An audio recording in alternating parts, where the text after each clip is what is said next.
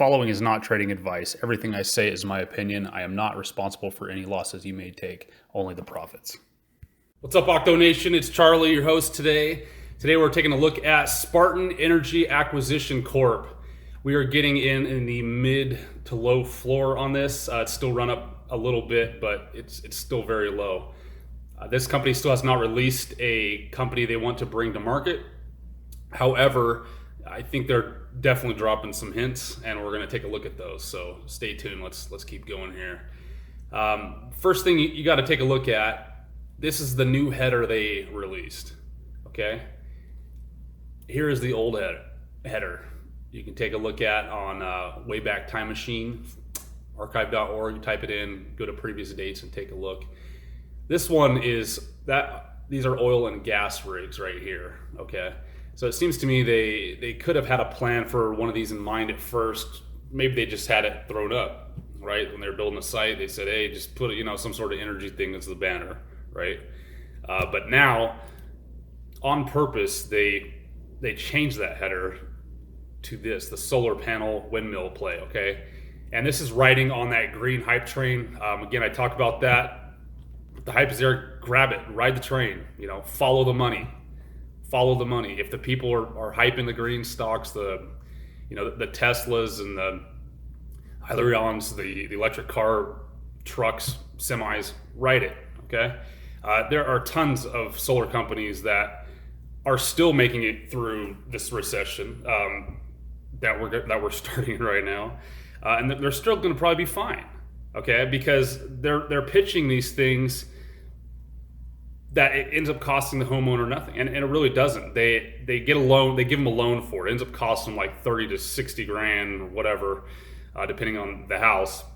What they do is they just roll it into a loan for them, but at the end of the month, they're actually saving money, maybe spending a little bit, like 10 to 15 more than their loan payment. But because they're paying zero utilities, sometimes they can even make money because their utility box can actually go backwards, literally spin backwards, and the local electric companies pay them for the electricity that they make.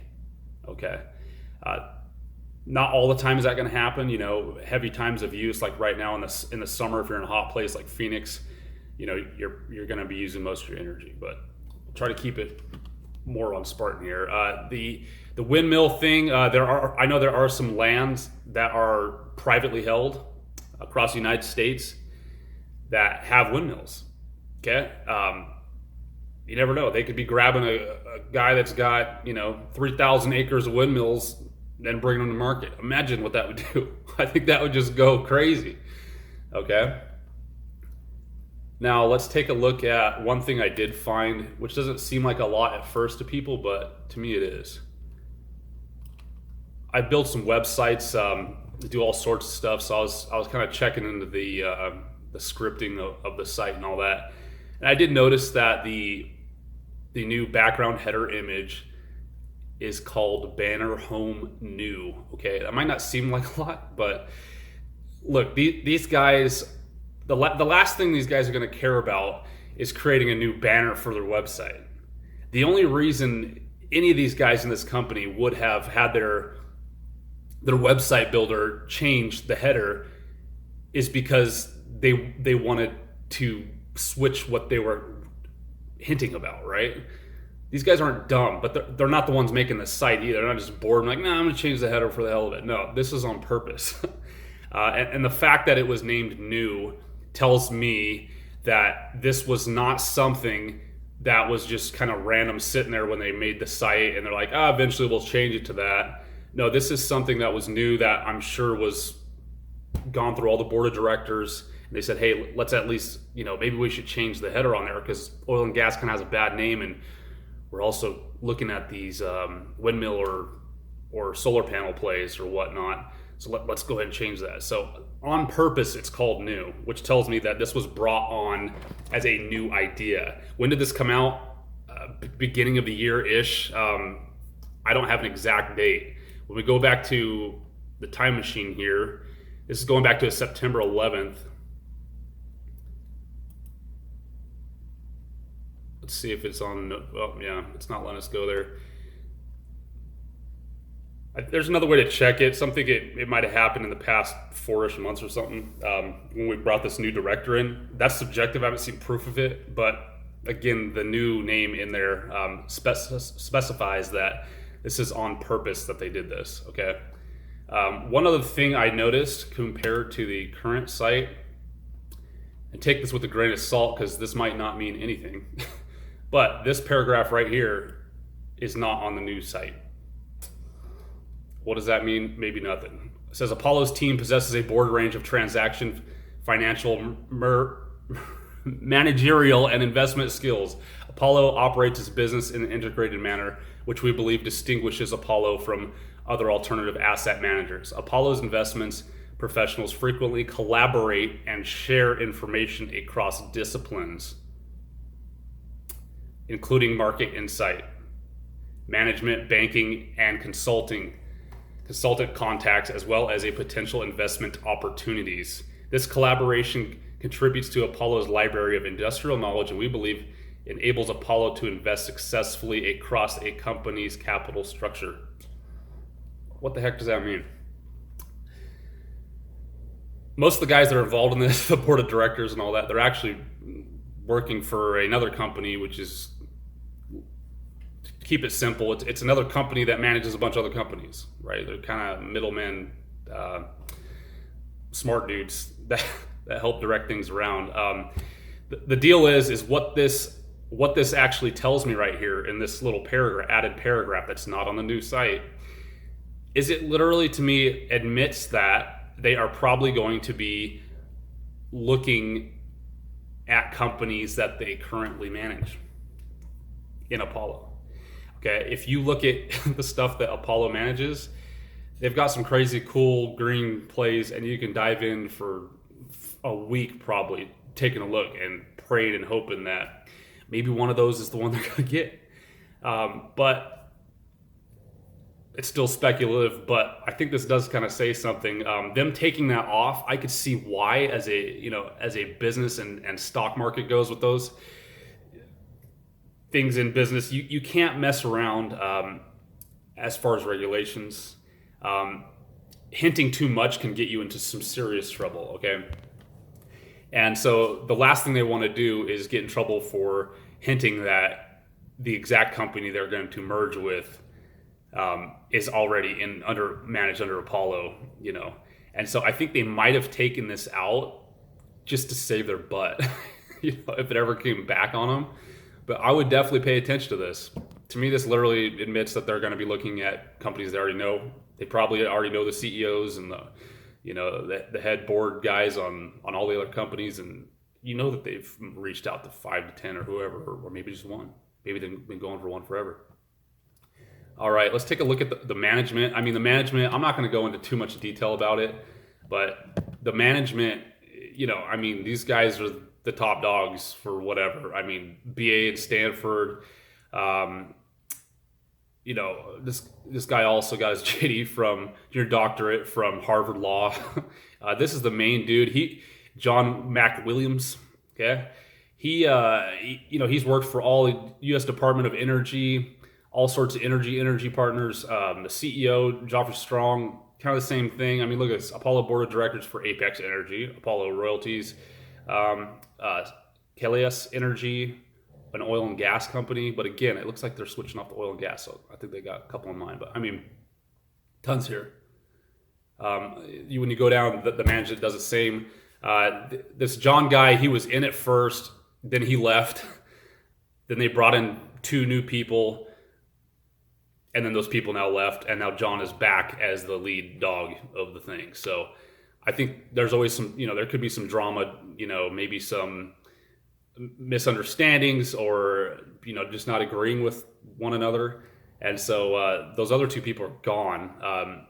You could take a look. I also found in the SEC filing that John, he makes money. He made $75,000 cash retainer, and that just means, hey, we're gonna give you $75,000 to start. You'll do some work for us, is basically what that means. But it also says, in addition, he will be reimbursed for any out-of-pocket expenses incurred in connection with the activities on the company's behalf, such as identifying potential targets or performing due diligence on sustainable business combinations. So this means this guy got paid 75 G's up front as a retainer, even though it's not really a retainer because he's also getting paid more. But however you want to look at it, that's cool. I have no problem with people making money for what they do. Okay, as long as they can provide that money right back in X multipliers, if we can. And so basically what I'm getting at is he got 75 grand. He did his thing. He got out. There was some drama. They kicked those guys out, and now he's back. And so you know that he is looking for some more reimbursement or out-of-pocket expenses, which is cool. If this is the Mac dog we need, MacWilliams, we're going to pay you, okay? That's great.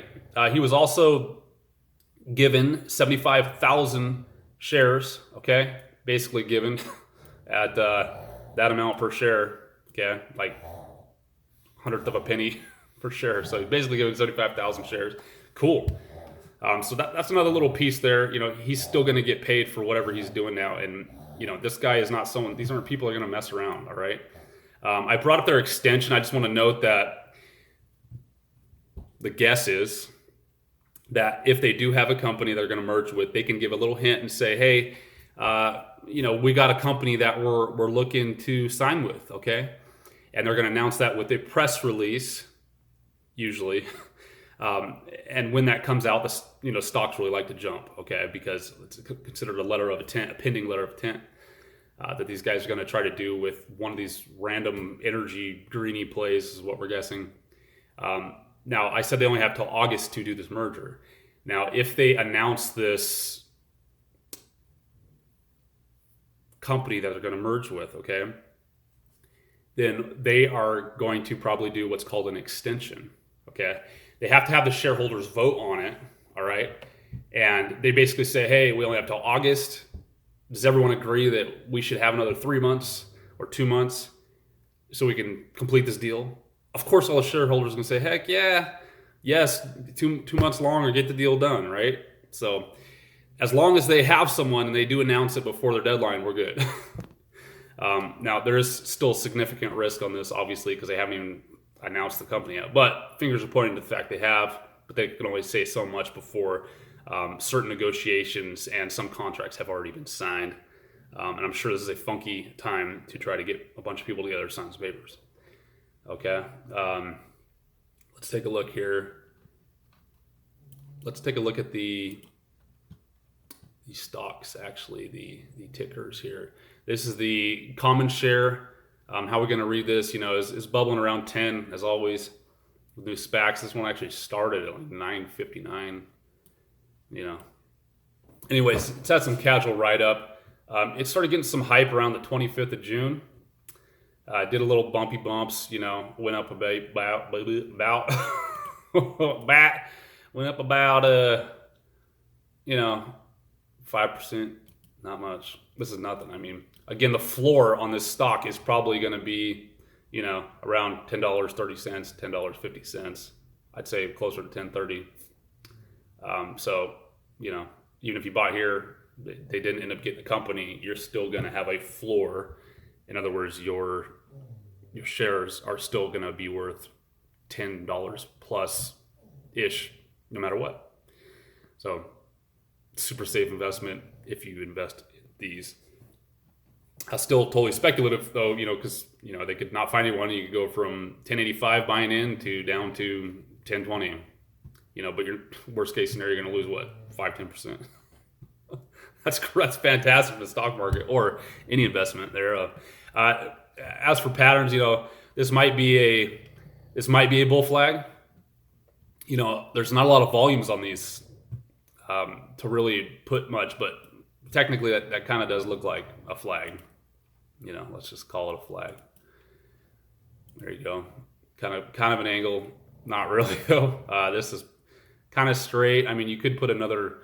I guess we could put another. Here, you want a flag? There we go.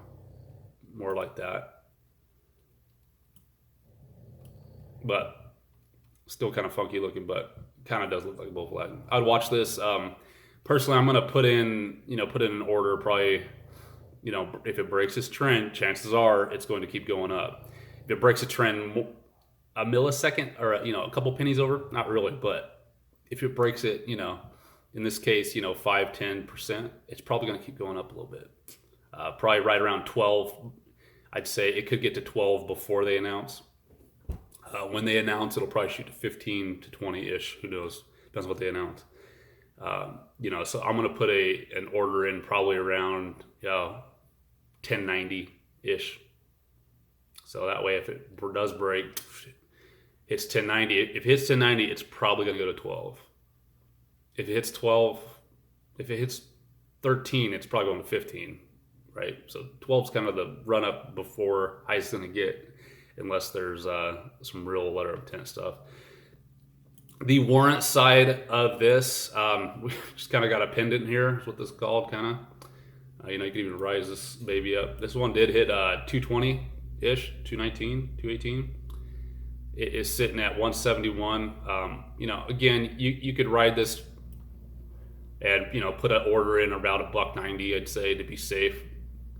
And again, the reason you do this is the last thing you want is to buy in here and 1 minute later, someone dumps $1 million worth of shares, 100,000, 50,000 worth of shares, and it goes down, 20, 30 cents. You're gonna be pissed. That can still happen again if it comes up here and tags this, but chances are if it tags up here, breaks the trend, gets out of here, gets out of this little consolidation, tight little wannabe pipe that's going on, a little sewer pipe here, it's probably going to keep going. How high? Could go to 220-ish, maybe 280 before they announce it. If they announce it. When it does announce it, who knows? Sky's the limit, right? The units, those just aren't looking like a decent deal right now. I think, don't quote me on this, but I think they're like a third of a warrant comes with these. Doesn't say it, but the units come with a regular common share, and then they're usually going to come with like a third or a fourth of a warrant. Sometimes you can, if you do the math, you can end up ahead with these, but right now doing the math doesn't make sense. I would just, if you want the commons and the warrants, which is, a smarter investor way to do it, I would just get both right now. Mostly the commons, because it is still totally sketchy right now. And then some warrants, maybe 20%, whatever you have allocated towards this speculative play. If you're going to do it, I'd probably do, 80% commons, 20% warrants. The warrants, again, you'll make your money way faster, but it's way riskier, because if they never find a company and the company goes under, you're left with $0. But the commons, you're left with $10 plus at the floor, no matter what. So totally safer. After they announce, though, you can put a little bit more into the warrants if you can catch it before it skies. All right, everybody. I'm gonna start trying to do emergency videos. I'm gonna have to put them up live, because it takes way too long to upload to the tube and all that, and to process the videos. So I'm going to try to get doing some live stuff when some new filings come up that I think are worth noting, so we can try to catch things before they sky. And when that happens, it's usually hours later after these filings are released that stuff starts heading totally north. So stay tuned for that. Subscribe, that way you get a notification, and hit that bell. That way it does send you a little text or notification on your phone or desktop there. And if you have any other SPACs or other stocks, not necessarily a total SPAC guy whatsoever, that's where my head's at right now. I'm into these SPACs. It's just never ending. It's sucking me in. Okay. Put that down in the comments. What kind of plays you working on right now? Any you want me to look at? I will take a look. Let's see what we got. Let's all make some money. That's why we're all here.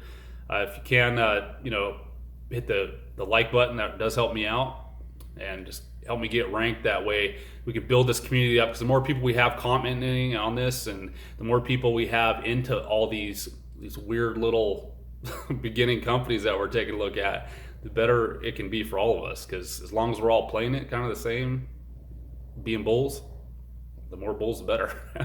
The higher it's going to go. So All right, y'all. Thanks again. You have a good weekend, and God bless.